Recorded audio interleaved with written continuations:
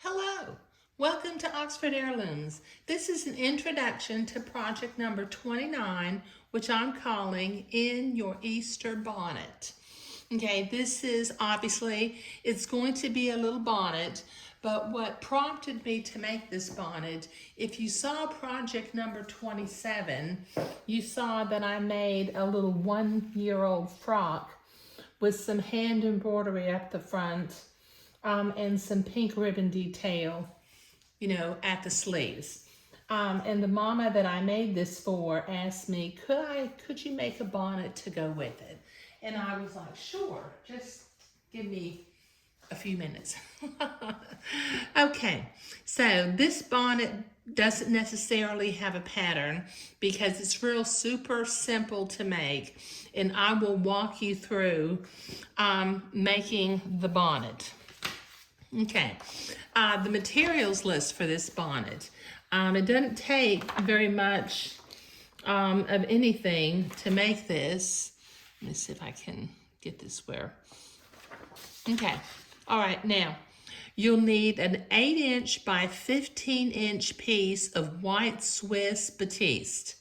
You'll need 1 1/4 yard of 1/2-inch white French edging lace. You need about 1/4 yard of some white entredeaux. You'll need 1 yard of 5/8-inch pink silk ribbon, 1 yard of 1/4 inch pink silk ribbon, and then some DMC flosses, number 369 light green and number 605 medium pink. And these are the same colors that I used in project number 27, the 12-month frock. So let me go over my materials real quickly. I just tore a piece of Swiss batiste that's 8 inches wide by 15 inches wide.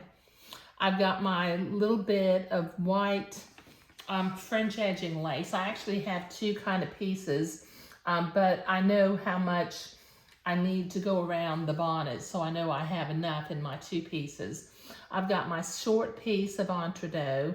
I've got my 5/8-inch pink ribbon, my 1/4 inch pink ribbon, my green floss, and my number 609 or 605 pink embroidery floss. Now, the embroidery pattern that I'm going to use on this particular bonnet comes from the book by Sarah Howard Stone, French Hand Sewing.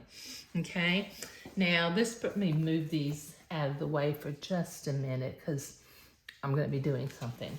Okay, now on page 100 in French Hand Sewing, there is a skirt design. Okay, now I'm not going to use this little motif down here at the bottom, and I may not use the little top of the swirl.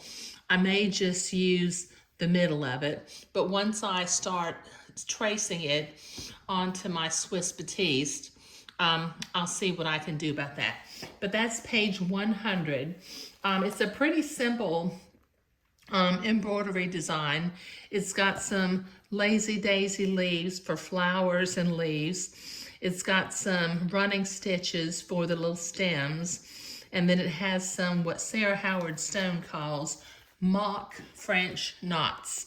And over here on page 101 across the way, she explains how to make a mock French knot, because I always have trouble with my French knots coming undone. But if you make a mock French knot, they don't come undone. Okay. All right, now I have scanned real quickly my design, and I'm going to start out by taking my piece of Swiss batiste, and I'm going to fold it in the center so I have a center line.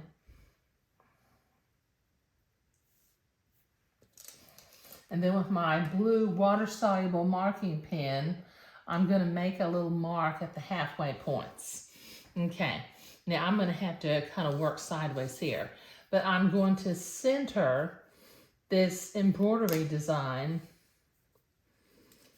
on my fabric using that fold, that finger fold that I did in the center. Now I think what I want, I want to have the embroidery closer to the front or the brim of the bonnet. So just so you'll know, the bottom of this little motif that I'm not going to use, I'm lining up my fabric with the bottom of that motif, and that will get my embroidery design, you know, close enough up here to the top. Okay, so I will trace this using a friction erasable pen. Let's see if you can see the name on it. It's a friction erasable pen. Okay. Okay, so materials list again. Okay, what we need, you don't need a whole lot of materials to make this sweet little bonnet. Okay, and I'll put this materials list up as a slide at the end of the video. And once again, the embroidery design is coming out of this book by Sarah Howard Stone called French Hand Sewing. There is another book that I have called French Hand Sewing for Infants, but I find a lot of really sweet and dainty embroidery designs in her books. Okay, so this is an introduction to project number 29, which I'm calling In Your Easter Bonnet. And so next thing I'm going to do is I'm going to start tracing my embroidery design. So I will be tracing and doing some hand embroidery for a while, and then I'll come back and I'll start to show you how to construct the bonnet. Thank you.